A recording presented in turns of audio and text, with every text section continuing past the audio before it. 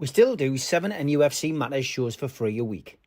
But if you want to support the channel, there are a few ways of doing it. Hit the like button on each live broadcast or video. This helps the channel grow. Hit the subscribe button and select the all notifications options. Hit the thanks button to buy a super sticker.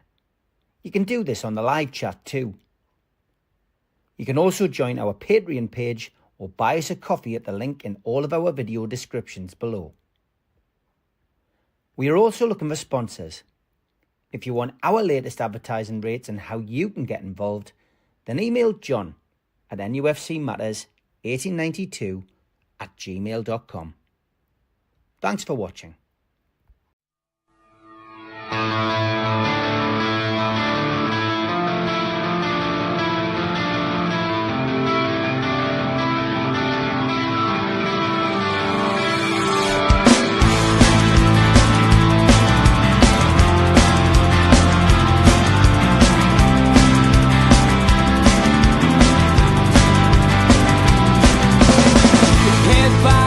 Critics attack. It feels like I've been talking to myself again. But it's the only way you're ever gonna learn. You look back and it's all in the past. I'm dwelling on the thoughts I cannot say to you. If I don't say the words, then maybe it's not true. And it feels alright when they come and say to you,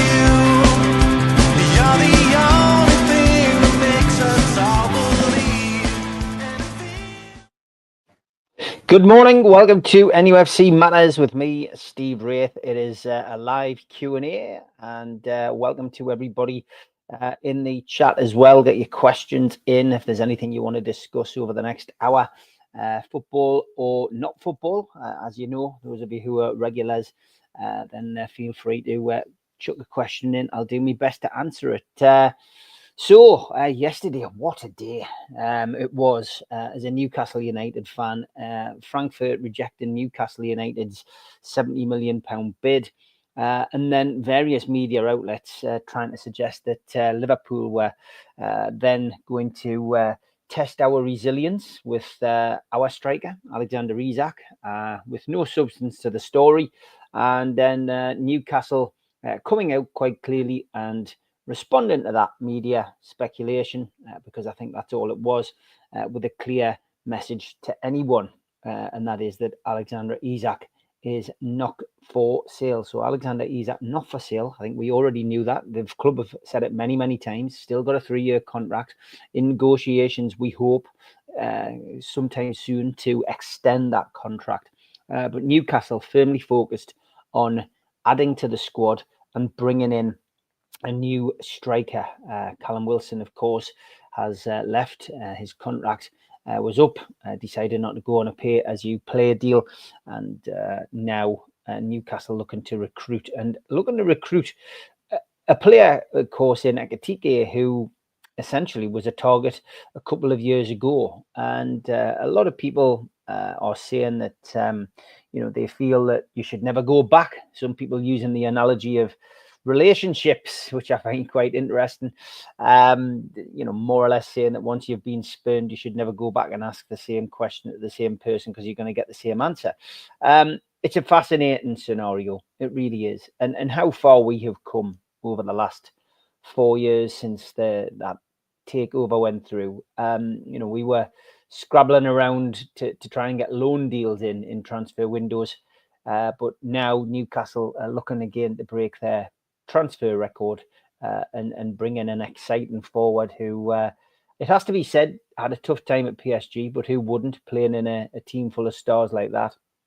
And we've got an opportunity to bring the lad in. Lots to discuss on that. We could probably fill a whole show on it, but as regular viewers of NUFC Matters know, we don't like to speculate on here. We don't knock up a flyer with Ekitike on in a Newcastle strip, and try and promote the show off the back of that, or stick a flyer up with Isak on and put something on about him going to Liverpool. It's just not our style. It's not the way we do it. We rather talk about facts, not the fiction, And the facts are very simple. As I've said already, Newcastle United haven't had any formal contact from Liverpool Football Club about signing Alexander Isak, but Newcastle have made a bid which has been rejected to Frankfurt for the services of Hugo Ekitike. More to come on that, I'm sure. Newcastle United, I'm sure, will go back in maybe with a better offer. We will have to wait and see. What else has happened, though, over the last 24 hours? Well, Sean Longstaff has gone or is going to Leeds United. They finally reached an agreement yesterday. They came back in with a fourth bid, as had been predicted, and the new bid totals £15 million, with all the caveats that go with transfers these days. That's a great return on the 27-year-old who will leave the Magpies training camp in Austria to undergo his medical with the Elland Road side today. He had already arranged personal terms prior to the deal being done between the two clubs. Depending on how quickly the deal is concluded, Sean Longstaff could make his Leeds United debut against Manchester United this Saturday. They are facing each other in Stockholm in a pre-season friendly. Longstaff, of course, was into his final 12 months of his contract at St James's Park. He made 214 league and cup appearances since 2018, and he scored 16 times. 25 Premier League games last season included just 8 starts, and the last of which came at Brentford in December. So, for me, Sean Longstaff, and I'm sure with most of you in the chat and those of you watching on Twitter today, goes with our best wishes, because he gave his all. He was a local lad who struggled under the previous regime and manager, but still managed to make his mark, but certainly improved under Eddie Howe, as so many have done, and certainly made his mark for us. And I think Sean can, leave Newcastle United, leave St James's Park, satisfied with the job that he's done. And I guess a bit of personal pride in the fact that he actually managed to play and be at the club with his brother, which is another unique situation. We've had so many great, servants at the club, but brothers tend not to come through. We've had them in the past, of course, the Robledos in the 50s, which George is busy talking about on Those Were the Days. We're recording that for August, so you'll be able to listen to George's memories of the wonderful 1950s FA Cup years. But we've had the Appleby brothers, and you name it. We've had them over the years. But the Longstaffs done very well. Matty, of course, didn't have the same kind of fortune as Sean, but Sean's been a terrific servant. And we wish him all the best. Unfortunately, I think for Sean, the only thing that will have soured his time at Newcastle is he became a bit of a boo boys favourite on social media when things were going wrong. Too many were quick to point the finger at Longstaff. I don't think people really understood what Sean Longstaff's job was at St James's Park. He broke play up. He spoilt the opposition's play.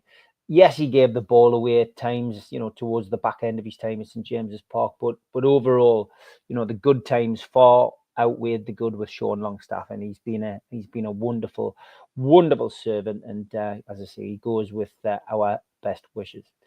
The first team, of course, with a few youngsters, are in Austria, and they did play a game behind closed doors against Carlisle United before they jetted off, and they won that game by 4-0. And a good game, I guess, to blow the cobwebs out for the first team. The goal scorers turned out to be his last goal, didn't it? Sean Longstaff netted first, Joe Linton with the second.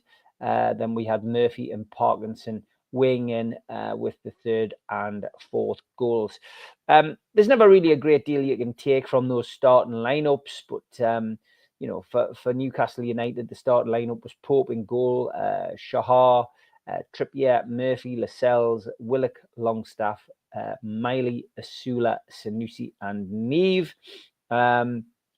Substitutes in the second half. Ruddy came on for Pope. A lot of people scratching their heads as to why Ruddy's getting the game, but everyone has to have a run out in pre-season, even those people who are less than unlikely going to get a chance in the first team. Ashby, of course, Harrison Ashby. Many people had forgotten him, being out on another loan spell. Is it this season where he makes the breakthrough? Has he learned anything away from St James's Park? Matt Targett came on for Trippier. I've had a few conversations with people who've said, God, Matt Targett, what does he do? Get rid of him, blah, blah, blah. But, listen, if he's got to stay another season, he'll do a job if required. He's not the worst player we've had.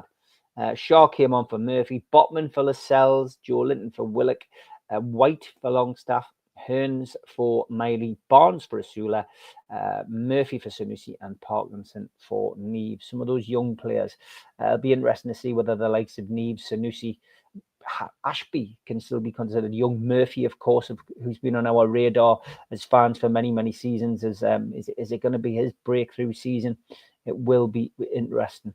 And special shout out, just away from Newcastle, just for a second, to Mark Hughes, who is managing Carlisle. Many thought that he would leave the club this summer, but give credit to Mark Hughes for staying on, at Carlisle. Big name in football, probably could take his pick of some championship clubs, but the fact that he's taking a chance at Carlisle speaks volumes about the guy. He does it for the challenge, I guess. And it was interesting to read his quotes. He said he enjoyed the game. It's 2 quality games we've had in pre-season. Obviously, they had a 1-0 defeat at Motherwell. It's going to bring us on leaps and bounds. 245s. We'll start building up to 60s, 75s, and 90s for the remaining games that we've got. But he was very positive about Newcastle. He says, we thank Newcastle, obviously, for allowing us to take the game. It'll be invaluable. Lots of money in the bank. It's good. So, I'm not sure what he meant about that.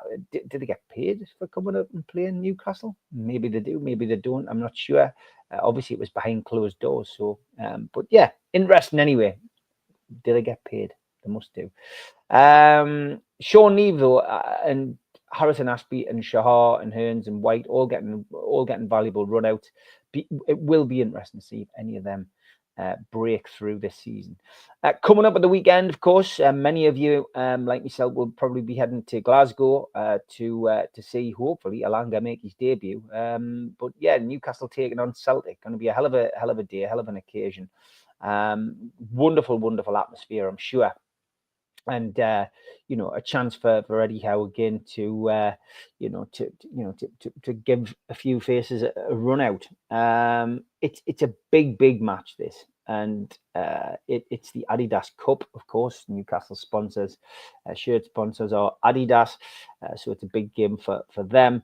A significant number of Celtic fans are boycotting the game in protest at Celtic's decision to charge them to attend, having previously included one friendly game in their renewal. So maybe that's the reason we've got 10,000 fans travelling to this game.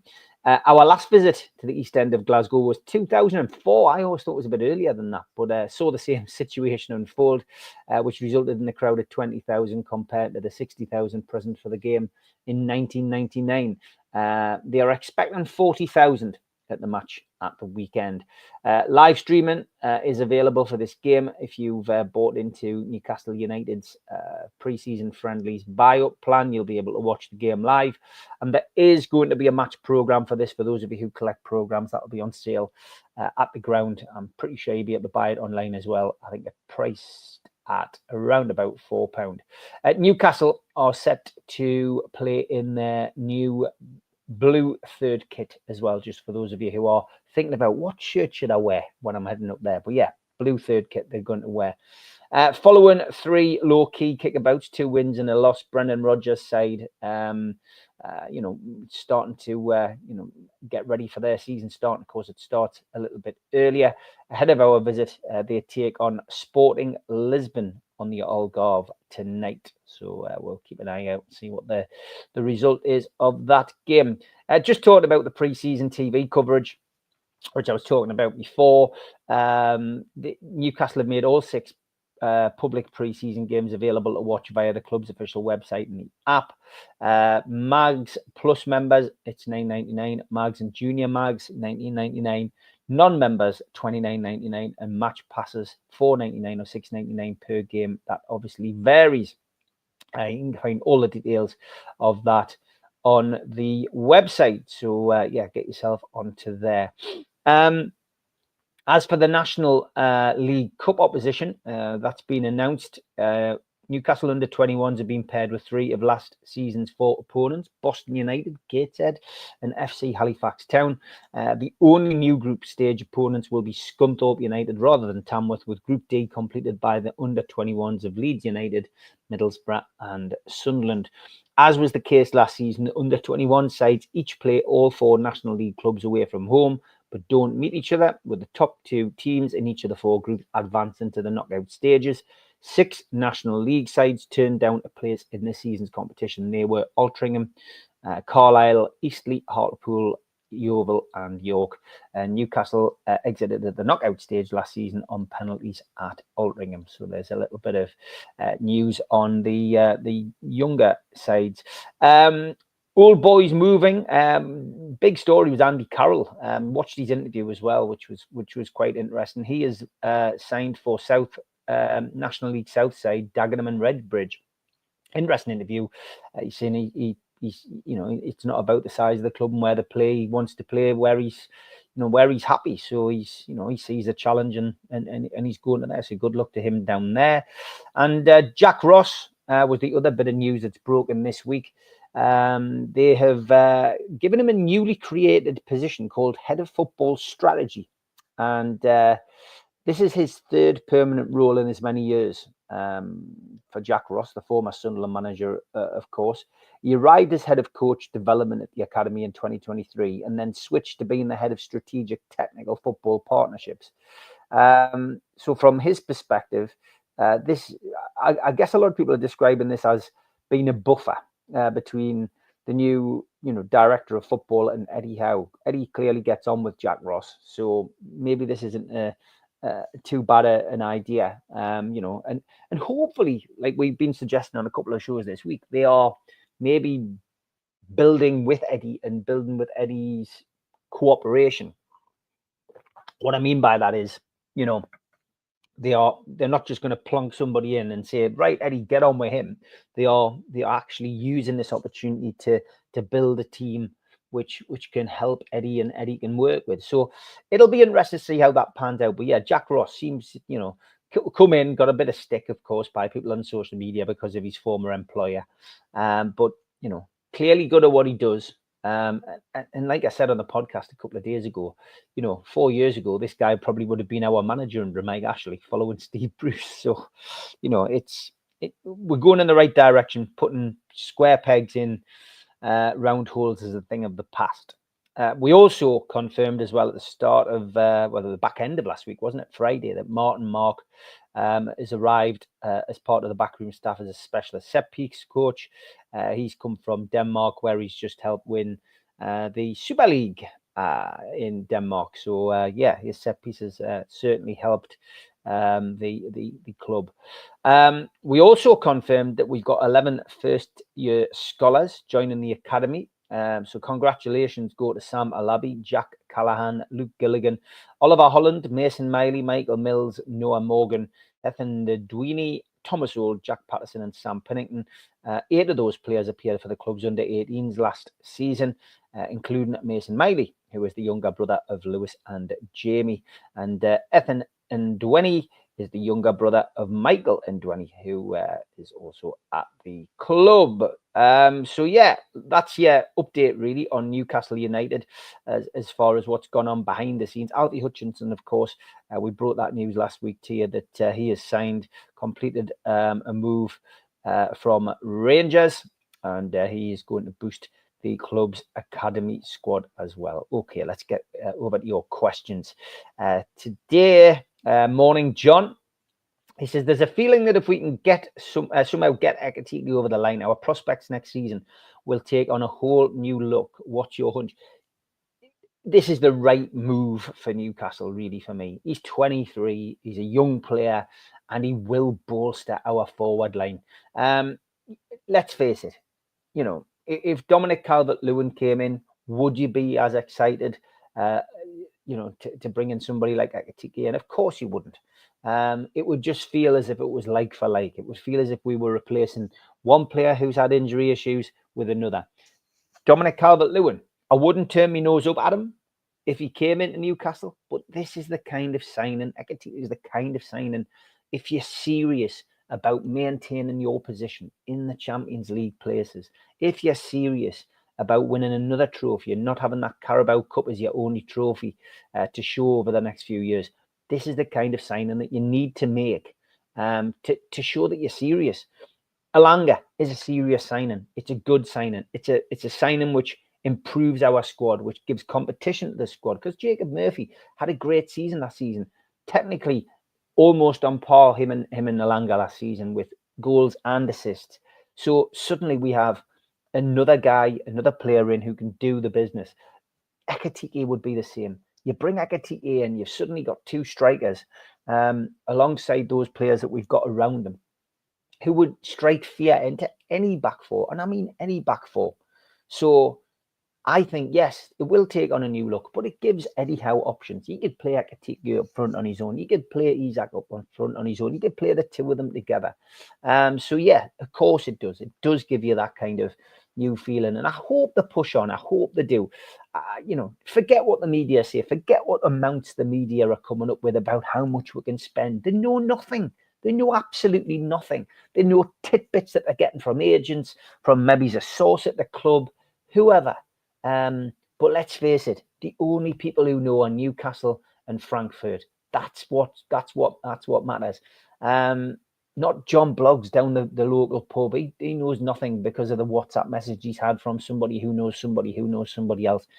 It's all down to the two clubs. Let's hope Newcastle, if they have made that initial bid and it's 16 million euros, pounds, whatever, short of what they want, let's hope there's some middle ground.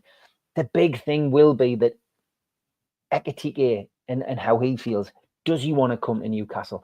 Has he bought into the project, like so many people are saying on online, and so many media representatives are saying that we are buying? He's bought into the project. Well, let's hope so.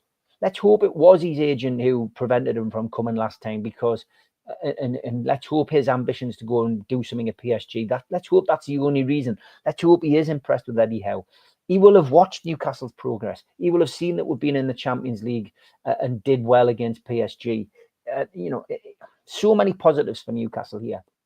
Why on earth we always have to accentuate the negatives as a fan base on social media, I will never know. It's time to be positive. We aren't that side from 4 years ago. We are a different beast now. And we've got the bonus of a squad that's won a trophy. And we've kept a lot of them together. Yes, Longstaff is on his way. Yes, Callum Wilson is gone. But we aren't going to continue in the same vein and build with those kind of players.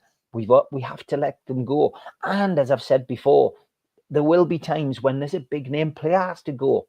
In 10 years' time, I'm afraid Alexander Isak, Joe Linton, Bruno, Tonali, those players will be confined to the history books, like Rob Lee, Gascoigne, Peter Beardsley. And that's what happens. It's the way it goes. The difference being that we won't have sold Joe Linton,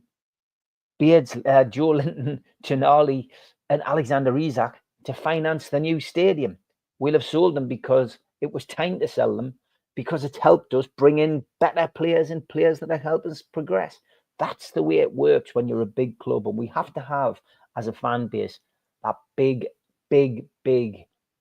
club mentality, because we are a big club. We've always been a big club. We've been a sleeping giant. But now we've won a trophy. It doesn't matter what it was. The Carabao Cup is a step up from winning the Celtic Cup or the Japan Cup. Believe you me.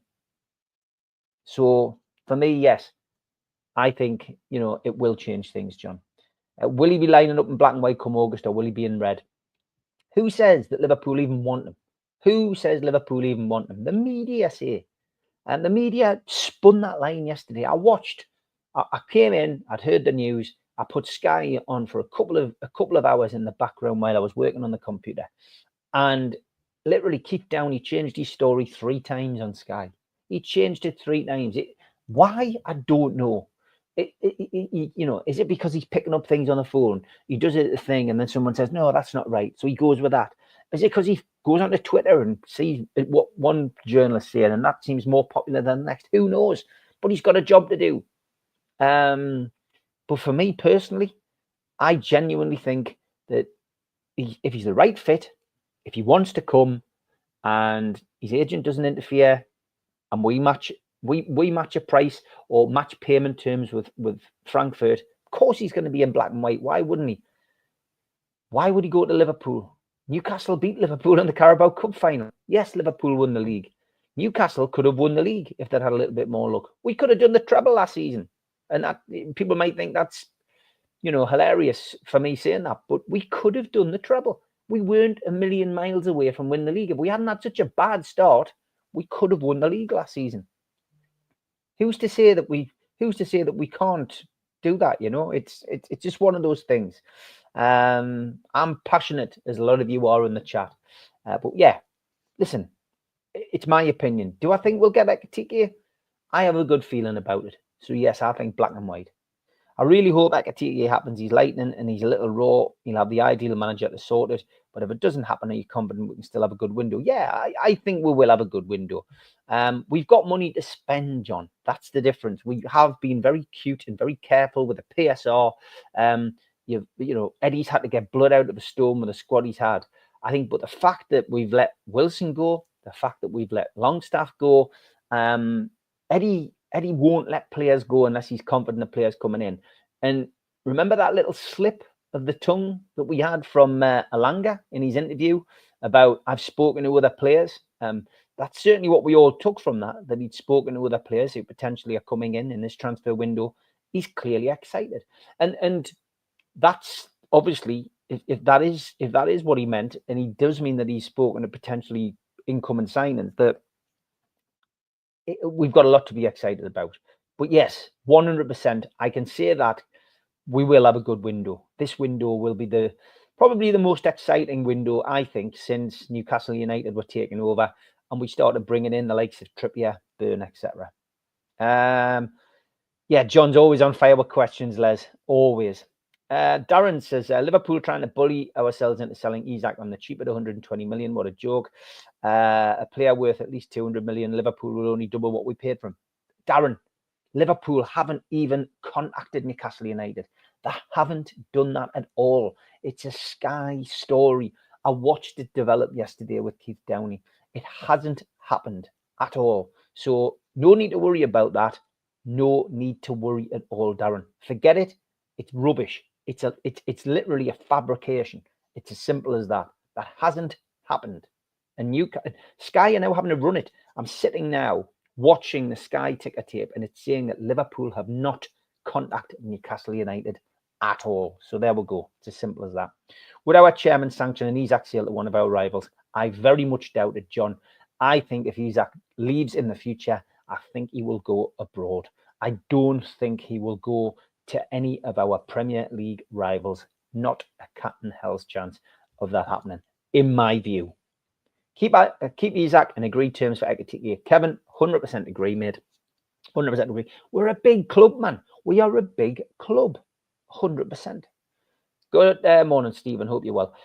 Darwin deal collapsed last night, so have Liverpool got the money as that's a £70 million hit? Listen, there's a hell of a long way to go, Stephen, in this window. 1st of September is when it closes. What's that? 48 days away. A lot can happen. A lot can happen. Deals can be resurrected. Deals will collapse. But let's remember, and I will keep saying it now until I go off air in half an hour. Newcastle United have had no contact with Liverpool about Isak. He's not going to Liverpool. Right, quick break. Back after this. I'll get through more of your questions in a minute. A big thanks to all our sponsors, Skips and Bins. You can find them at their website, skipsandbins.com. Contact them at www.skipsandbins.com/contact. Say hello to low-cost waste disposal with pay-as-you-go and contract waste management. A big thanks to Mr. Vicky's Sauces, handmade in Cumbria. You can find them at their website, mrvickys.co.uk. Email info@mrvickys.co.uk or telephone 01768 210 102. Thanks to our fanzine sponsor, United Group Travel. There are no strangers on our tours, just friends you haven't met yet. 2 crew driver and courier, local family company, 3-star plus quality hotels and no interchanges. Hot and cold snacks and drinks available on the coach, all excursions included. Their website, unitedgrouptravel.com. Email beverly.ugtl@gmail.com. Telephone 01670 632 460 or 0791 666 4174. Just £30 per person deposit. Thanks to Media Arts for all the help with the technical side of things. And if you like listening to us as a podcast, you can go to Sports Social Podcast Network or to iTunes, Spotify, or other podcast providers. If you want to support the show, then hit the subscribe button. It's free. We do 7 shows a week. Hit the little thumb up under the video, which is the like button, or click share to share to your social media. You can also join the channel on YouTube by hitting the join button for as little as $1.99 a month. If you want to become an NUFC Matters member, you can go to nufcmatterspodcast.co.uk. It's a £25 one-off fee. You get your pen, you get your badge, a key ring, you get your beer mat and your fridge magnet and your membership card, nufcmatterspodcast.co.uk for that. And we have an event early next year, 13th of February 2026, an evening with Beardsley, Waddle and Gascoigne takes place at the Tyne Theatre and Opera House. To buy your tickets for that event, go to the box office 0191 243 1171 or Tyne Theatre and Opera House.uk. Darren, you're on one this morning. I've nattered a little bit, so I've missed all these comments. He says Liverpool fans saying they've got 600 million give and don't need to sell. Some media outlets saying Liverpool need to sell to buy. Who cares what Liverpool are doing? It's got nothing to do with us. With all this stress, would it be better going back a few years when Chowdhury was the aim? Yeah, John, that was kind of what I was pointing out earlier on. About prior to this, Newcastle United, literally that's the kind of market we were shopping in. We were shopping in Pound Stretch and now we're shopping in Harrods. It's got that different, it is a different feel about it. Darren feels like a TK will end up with Liverpool. I hope I'm wrong. Yeah, and I do as well, mate. Let's see what happens. AJ is good at losing Sean Longstaff. You can't keep a hold of everybody forever, mate. It's just one of those situations, but Newcastle United have certainly outgrown him. Who would you drop? Bruno, Tonali, Joe Linton for him. I was gutted that we lost Elliot Anderson. Elliot Anderson has certainly come on in leaps and bounds playing first team football in Nottingham Forest. I think he would have been a wonderful, wonderful player to have in reserve, and certainly would have been able to cover Joe Linton. When he was out injured, he would have been great to bring him in. But it's just the way it is. We are forced into those kind of decisions by PSR.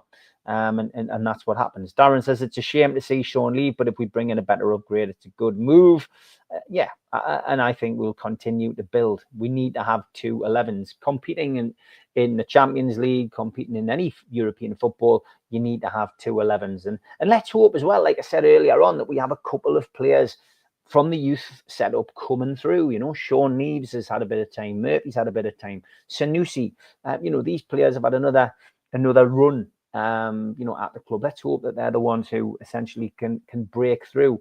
We've got so many of these youngsters that we've signed. There has to be a diamond amongst the rough in some of these players that we've brought in from other clubs as well. We've just signed Hutchison from Alfie Hutchinson from Rangers, who again seems to be somebody who everyone seems to be raving about. Is he any good? Who knows? Shawnio did his bit, but it's a good deal all round. All the best, he says. Players come and players go, most with a thank you and good luck. Investment in improvement is the only way forward. Really exciting future ahead, says Graham. Yeah, I really do feel that's the case. It is morning, Ian. Get your cuppa and get your questions in if you've got any. Sean is a bargain at 12 million. Shame to see him go. 15, whether that's with add-ons and whatever. But Newcastle were pushing, I think, obviously with PSR to bring that little bit extra in. Burnley had been linked with him as well. And I think I mentioned it the other day, you were wondering whether Newcastle, of course, after Trafford, as all seems to have gone quiet, which I don't think is a bad thing, by the way. I was wondering whether Burnley would be looking to do like some kind of player swap with a bit of cash for Longstaff, but that didn't come to anything, and it looks as if Sean will be off to Leeds. Pre-season friendlies give the manager the chance to experiment, but are basically preparation games for the new season. I don't read a lot into them, to be honest. I'm the same, John, and I used to go to every pre-season match at St James's, but I don't do it anymore. They are boring games to watch. They are technically boring. There's no excitement. Nobody wants to put themselves 100% into it because they don't want to get injured for the start of the season or for any period of time. So yeah, I agree. Yeah, that's what it is. We used to, even at Sunday level, it's just to blow the cobwebs out. That's what friendlies are for. Like your new badge, by the way, different colour. I do pay attention to these things. How does our club come up with our strategy? Plan A, new contract for Wilson, turn down. Plan B, club record for Ekitike. It's an interesting way of putting it, to be perfectly honest. But who knows what the club strategy is? All we know is that Yasser wants to be number one, and that's it. He wants to be number one. How do you become number one? When you become number one by buying the best players or buying the best young players and bringing them through. You also become number one by having a good coach, a good manager. So we tick a lot of those boxes. You also become a big club with your club strategy by winning trophies, which is what we've done last season. So, you know what? I'm happy. I hope you are as well. Did the club say anything about Wilson's new contract, or was it idle gossip? Good question, Graham. It's one of those things which has been circulating, which seems to have now become a fact. I'm not sure whether Wilson mentioned it on a podcast, which often he does quite a bit. Did he mention it on his TV stuff that he's been doing at the Club World Cup? I don't know. But it's certainly been repeated enough that it's become a fact, Graham, is probably the best way to describe that. Buy Ekitike, keep Isaac, then let Liverpool stew in their own juice. Steve, I love it. I do love it. Graham, Club Defo said they offered Wilson a new contract. There we go then, yeah. So if that's the case, then that's the way it worked.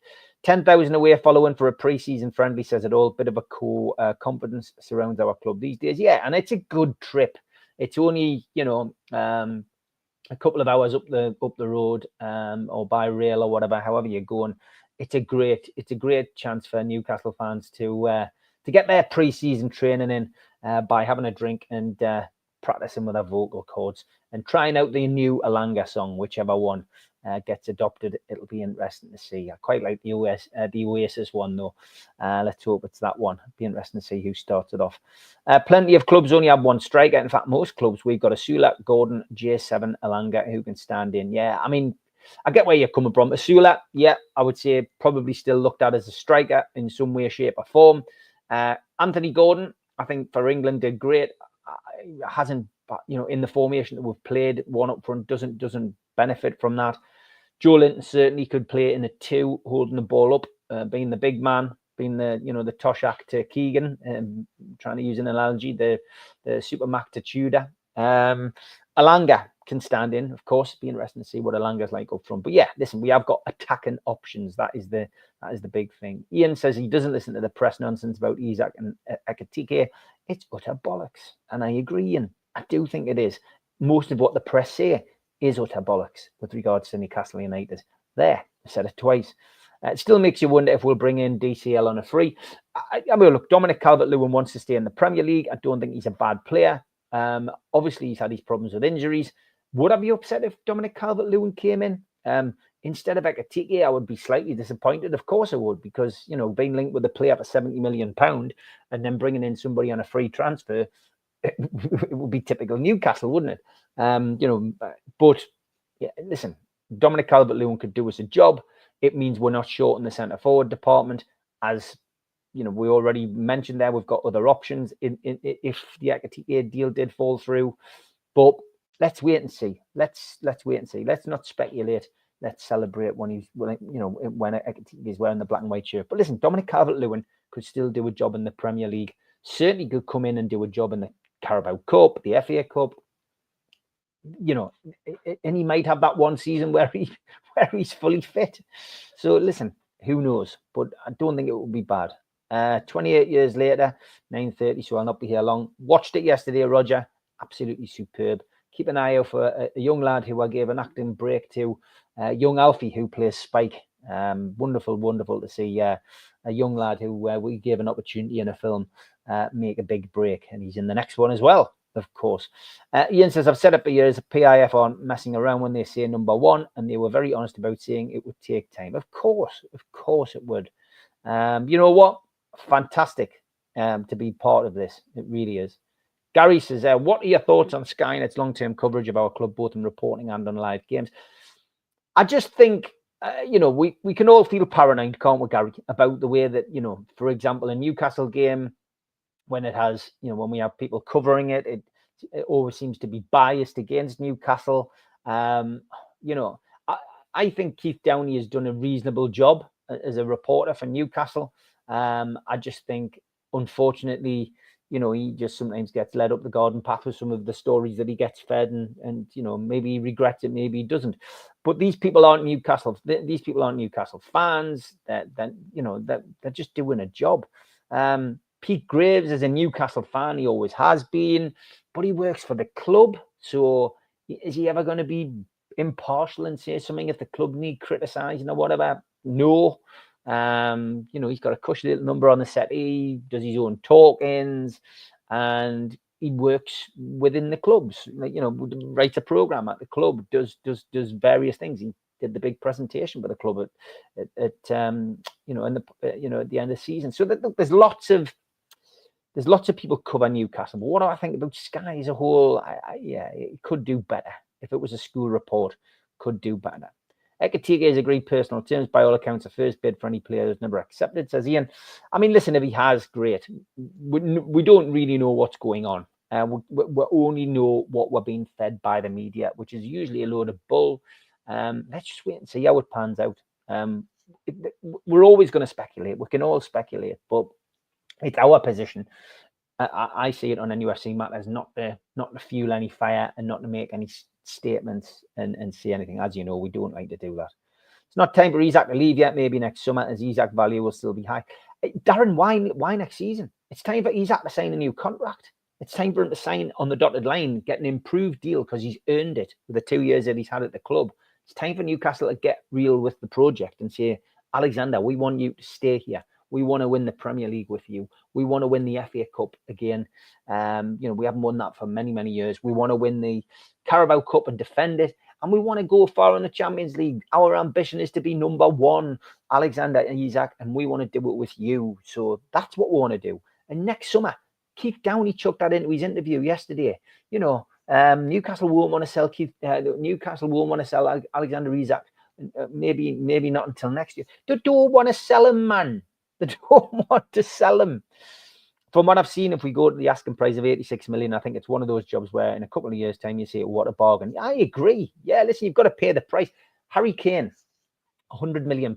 Would you have ever seen a £100 million player? But at the time, they bought him because they knew what he was worth. Goals, win games, and it's one player, one injury can, spoil it for you. But you know what? If we've got to pay 86 million, we'll have to. I agree with Ian before, though, when he says the first offer is never accepted. I think we'll get him, but I think it could be a lot less than 86 million. So much BS in the media. Do we only say the Newcastle negative bias because we live here and bleed it? Probably, but we also because we react too much on social media. And what most of us are on social media, not everybody, but most of us are on social media, and most of us see it, and that's the big problem, I think. Should we just pay the asking price and not mess around? We could wrap up the transfer quickly, but he's now linked to Liverpool and Chelsea.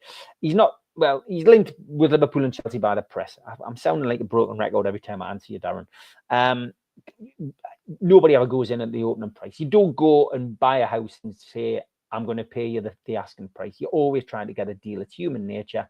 It's up to Newcastle. We didn't do it with Gahey. Are we going to do it with Ekatike? Who knows? Any chance of Isak desiring the move? Not on your Nelly. He said he's happy at Newcastle. He doesn't want to leave. And Newcastle, I genuinely don't think would sell to Liverpool or any rival. I take anything Downey says with a large dose of salt. He's part of the same agenda from his employers. Very rarely deviates from the company line. I saw somebody saying as well, he's only commenting about Sunderland now and only doing stuff from Sunderland because they're in the Premier League. Well, that's because they've got the contract with the Premier League. It's not just because he just feels like talking about Sunderland now. He's doing what he's told. If Ekatike has got the right character profile, he'll want to come to us. If not, best of luck to him, and we move on to other targets. I agree, I know. Listen, if it doesn't work out, it doesn't work out, and you move on. To be fair, it wasn't a Sky breaking story on Isak yesterday. Sky picked it up with TalkSport afterwards. But they're all linked, Darren. They're all linked. And they were pretty quick to then get up and start other stories and other rumours. And, you know, like I say, I watched it unfold for 2 hours. So, you know, and it just crazy. Romano's doubled down against Newcastle overnight. The disrespect in mainstream and social media is clearly evident and seems to be getting stronger. Why? Why? Because people don't want Newcastle United to be a success. They don't want Newcastle to threaten the top six. They don't want Aston Villa to do it. They don't want the cartel to be broken. But we're breaking the cartel, and we've broken the cartel without being able to break PSR, without having to break PSR, without having to get punished. We've done it.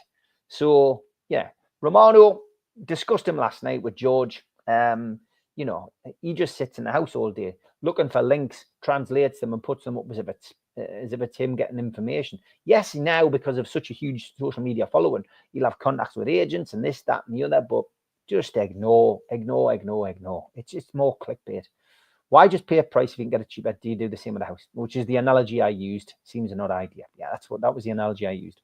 I think Ekatike coming in, Trafford in the centre back and the midfielder will be right at the start of the season. We need to try and stay positive. Yeah, Stephen, you're usually quite down. You know, you're always asking me who we're going to sign, this, that, and the other. I don't know, because nobody knows. Nobody has an inside track into what's going on. You know, Ekatike coming in would be great. Trafford, I think, will get done. I think they're just being very sensible. They're going through the process, doing what they've got to do. Centre back, yes. Whether it's Scalvini, whether we'll go back for Gahey, but yes, I still think we could get through the season with the goalkeeper we've got and the back four. It would be a push, mind. It is going to be difficult if we get an injury to one of our key centre halves, but you know, we could still get through, but we still need one. And another midfielder, yeah. And I think it needs to be somebody who can step into the shoes of Joe Linton if he's out, because when Joe Linton's missing, we are missing a huge player and he affects the whole balance of the team. So we need somebody to be able to come in and stick with him. But plenty time, as you say, and not time to get worried. We need to keep confident. With all the stories that come out about us, we just need to look at the stuff behind the scenes. All the reports can't just be guesswork, surely. I mean, there's always going to be somebody who tittle-tattles out of school, mate. There's always going to be somebody who speaks to somebody who knows somebody who then, you know, inadvertently it gets to somebody else. We pick up stuff all the time. Me, Steve Hasty, Stu Penman, Neil Mitchell, from various people who we know, but we don't put it out. We don't put it out there. Because we don't want to be clickbaiting. We don't want to be putting anything out there, you know, like, which is misleading and then gets picked up as fact. You know, whenever Ben Jacobs is on here, if he says something which can be picked up, it then goes on to, you know, it goes onto the web. Somebody picks up, Ben Jacobs said this, blah, blah, blah. That's the only show that anyone comes on and it ends up almost being clickbait. It's not our fault. Somebody's reporting on our podcast. But that's what happens. Ben's become more cute and aware of that now and is very careful what he says on the show. We've got no friends in the Premier League and media. Just remember that when all this absolute is over, social media, we are hated. Yeah, we're not liked at all. There's no doubt about that. Payment structure will help get Ekatike over the line for any club buying them. Yeah, let's hope it's us as well. Let's hope it's us. Lots in the chat tonight. Thank you, Les, for pointing that out. I sometimes forget to do that. If you are watching on Twitter, 600 of you watching on Twitter, please jump over onto YouTube, search NUFC Matters, and just hit the subscribe button. It's free. We still do 7 shows a week. We also do a fanzine. We are the only hard copy fanzine in existence these days. Gone are the days of 6 or 7 of them doing the rounds and being sold in mixed back page shop. But we do this mail order, and we don't make any money from it. We donate it all to Age UK Dementia in North Tyneside. So to get your fanzine, and John Askew, I think you're in the chat, you should be able to pay for this online now. That has been rectified, the problem. So NUFC Matters .co.uk is the web address. Hold on there, we'll get it up. nufcmatters.co.uk is where you need to go. 4 issues for £25. That includes your postage, posted out to you as soon as it arrives, and that will be next season. So please get that in. All proceeds going to dementia. We're also raising money for dementia by showing the cup final again, Friday the 25th of July, and that is at the Tyneside Irish Centre, 7 o'clock. It's free entry. We've got 38 tickets remaining. All you need to do is go to the website nufcmatters.co.uk to register, and your name will go on the list. And anyone who enters, you could win this. the replica Carabao Cup medal montage. So one of the lucky 100 people will get a chance of winning that. 38 tickets left out of 100. Going to be a great day. Get yourself along. And don't forget as well, we've got some signed memorabilia. I've just sold another one of these shirts this morning. Signed Carabao Cup shirts, signed by Dan Byrne and Alexander Isak. But we've got a lot of memorabilia up there. Some cheap photographs as well. Alexander Isak's celebration after scoring the winning goal against Liverpool in the Carabao Cup. But get yourself on there. We've got Shearer, Beardsley, Gascoigne stuff. You name it, we've got it. nufcmatterspodcast.co.uk. And if you want to support the channel and be a member, we had another couple of members join this week. Mr. Neary and Mr. Rayner. Welcome to the cult, as we used to call it. Please get yourself over onto our website if you want to become a member. Okay, I'll try and get through a few more questions. Kevin Myers, good morning, says, if you really want Hugo, then pay the money. Then done deal. Stop messing around. Either Isak to make a public announcement, say he's happy staying at the Toon. Stop all this crap. Listen, Isak's already said in interviews that he's happy to stay. Newcastle will do the deal with Isak to get a new contract. I'm fairly sure of that. But with regards to Hugo Ekitike, Newcastle will do what they've got to do, I'm sure, to get him over the line. If they don't get Isak and they're Willian, and if they do, we become second favourites. I hope we act sharp as him and Isak. Wow, great signing if we can get him in and play him alongside Isak. Morning, I must admit I've enjoyed watching the Liverpool fans melting down. Morning, Mark. I think we all have. Certainly have. New training facility, new stadium, new sponsors, new outlook, new leader of the pack. It's an interesting time, to be a Newcastle fan. The media need to realise this NUFC Saudi, not NUFC. Ashley, says David Baird. Hi, Steve. Looking forward to Celtic away on Saturday. 10k fans telling Alexander Isak how much we love him and want him to stay. Yeah, I listen, he knows how much we love him. It's going to be a great day, Ian. Certainly is. Romano is Spanish for Pinocchio. Is it really, Craig? Are you being a little tinker when you're out walking your dog? I know I need a phone. Oh, right, okay. Some comments going on in there. I don't want to repeat that. Steve, with City signing the largest kit deal in history, I think I read, has this now opened the door to challenges against the Premier League for fair market value rules? It's interesting because listening to what's he called, Kieran Maguire and somebody else this week, there's talk of a legal case that's ongoing, which isn't Manchester City. There's a legal case which is ongoing, and the results could be quite revealing. So, who is this taking more legal action against the Premier League? Who's doing that? And will this be the reason that Newcastle have held back? There's lots of little things going on with it none of us know about, which could lead to Newcastle eventually being able to spend. There has to be a reason why they're not doing things quickly. All will be revealed, I guess. I've got total confidence Newcastle have Ekitike and Isak next season. Liverpool are bluffing via the Spanish Pinocchio. Man City fans reckon Trafford's going back to City. They have a buyback clause in his contract. Not heard that at all, Les. I've not heard that at all. It'll be interesting to see what happens with Trafford. I don't think we need to panic about the goalkeeper at all. We've got goalkeepers coming out of our ears. I've got every confidence in Nick Pope next season. And if Dubravka signed a new contract, if we're stuck with Dubravka and Pope next season, Newcastle will be fine with what we've got in front of them. Could be going back to the old Keegan days, score more than we concede, but who knows? But it's if we continue in the same vein and bringing in players, Newcastle will be fine. We're not going to struggle next season, are we? Do you think if we went down the road Chelsea went with PSR, we would have a cosy time in the media? Of course we wouldn't. We'd be criticised. And if we'd won the Carabao Cup after spending 600 million in the last 3 windows, then it would have been said, oh, well, you spend 600 million to win the Carabao Cup. We're always going to get stick. Get used to it. That's what happens with Newcastle. 100%. Big thanks to David Cook who bought a subscription for Jules and Les. Big thank you for that.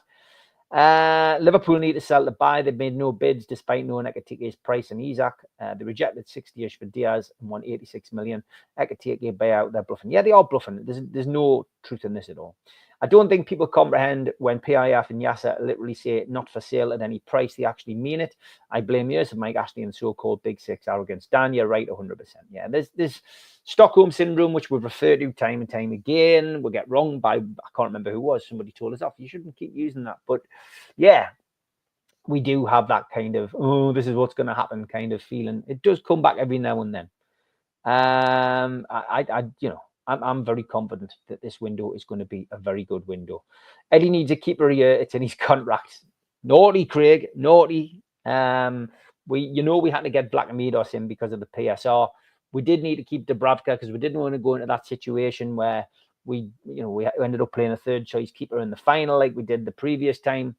Wise move getting Dubravka to sign back on. Listen, at the end of the day, we have to do what we have to do to keep our head above the water with PSR. If we're bringing in Hugo, it sounds like a goalkeeper is no longer a priority this season. Well, I still think the Trafford deal will get done. There's been so much written about it, and I think Trafford coming in to be number 2 to Pope, I think is a great move. I really, really do. And a big thank you to Ian, who's gifted 5 NUFC Matters memberships to 5 lucky people in the chat. Okay, that is the end of today's show. Thank you, everybody, for your questions and for your points. Always something to talk about with regards to Newcastle United. Hoping to have Ben Jacobs on the show tomorrow. So I will keep you posted on that. I've got it pinned for 6 p.m. tomorrow night. Could be a good time, and hopefully there'll be a bit of movement on Ekatike by then. If not, I will arrange something else for tomorrow night. But have a good day, whatever you're doing. Take care, everybody. Speak to you soon. Bye-bye.